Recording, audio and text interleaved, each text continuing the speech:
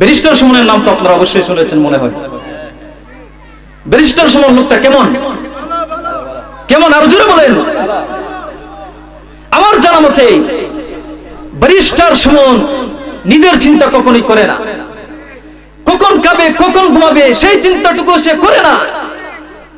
সারা দিন রাত 24 ঘন্টা দেখি শুধু মানুষকে সাহায্য সহযোগিতা করার জন্য সে ছুটে বেড়াচ্ছে। ওই যে দেখেন একজনের বাড়ি ভেঙে গেছে, সে দৌড় মেরে চলে গেছে বাড়ি ঠিক করার জন্য। জবানটা বলে বলুন না ঠিক কিনা। একজন মেয়ে বিয়ে দিতে পারছে না, বিবাহযোগ্য মেয়ে আছে, মেয়ে বিয়ে দিতে পারছে না, সুমন দিয়ে তাদেরকে বিবাহের খরচ দেওয়ার জন্য চলে গেছে। কত শত শত বাড়িঘর সে তৈরি করে দিতেছে, শত ব্রিজ সে তৈরি করে দিতেছে। ব্যারিস্টার সুমনের মতো আমাদেরকেও গরিব দুঃখীদের পাশে দাঁড়ানো উচিত। জবানটা খুলে বলুন না ঠিক কিনা। সোনারঘাট মাধবপুরের মানুষগুলা যোগ্য ব্যক্তিকে এমপি বানিয়েছে।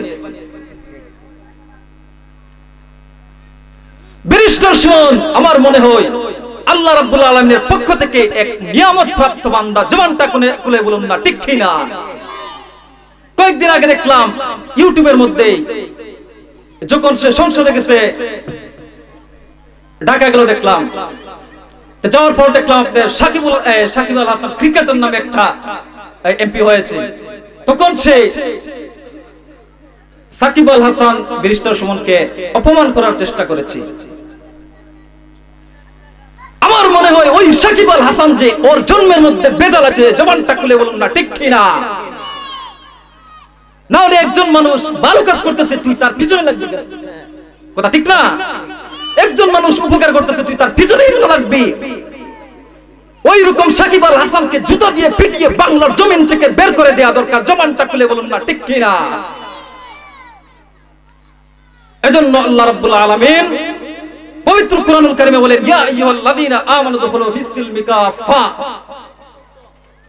তোমরা পরিপূর্ণভাবে ইসলামের মধ্যে প্রবেশ করো। শুধু নামাজ পড়বা, রোজা রাখবা, হজ আদায় করবা, যাকাত দিবা, কিন্তু গরিব মানুষদেরকে সাহায্য সহযোগিতা করবা না।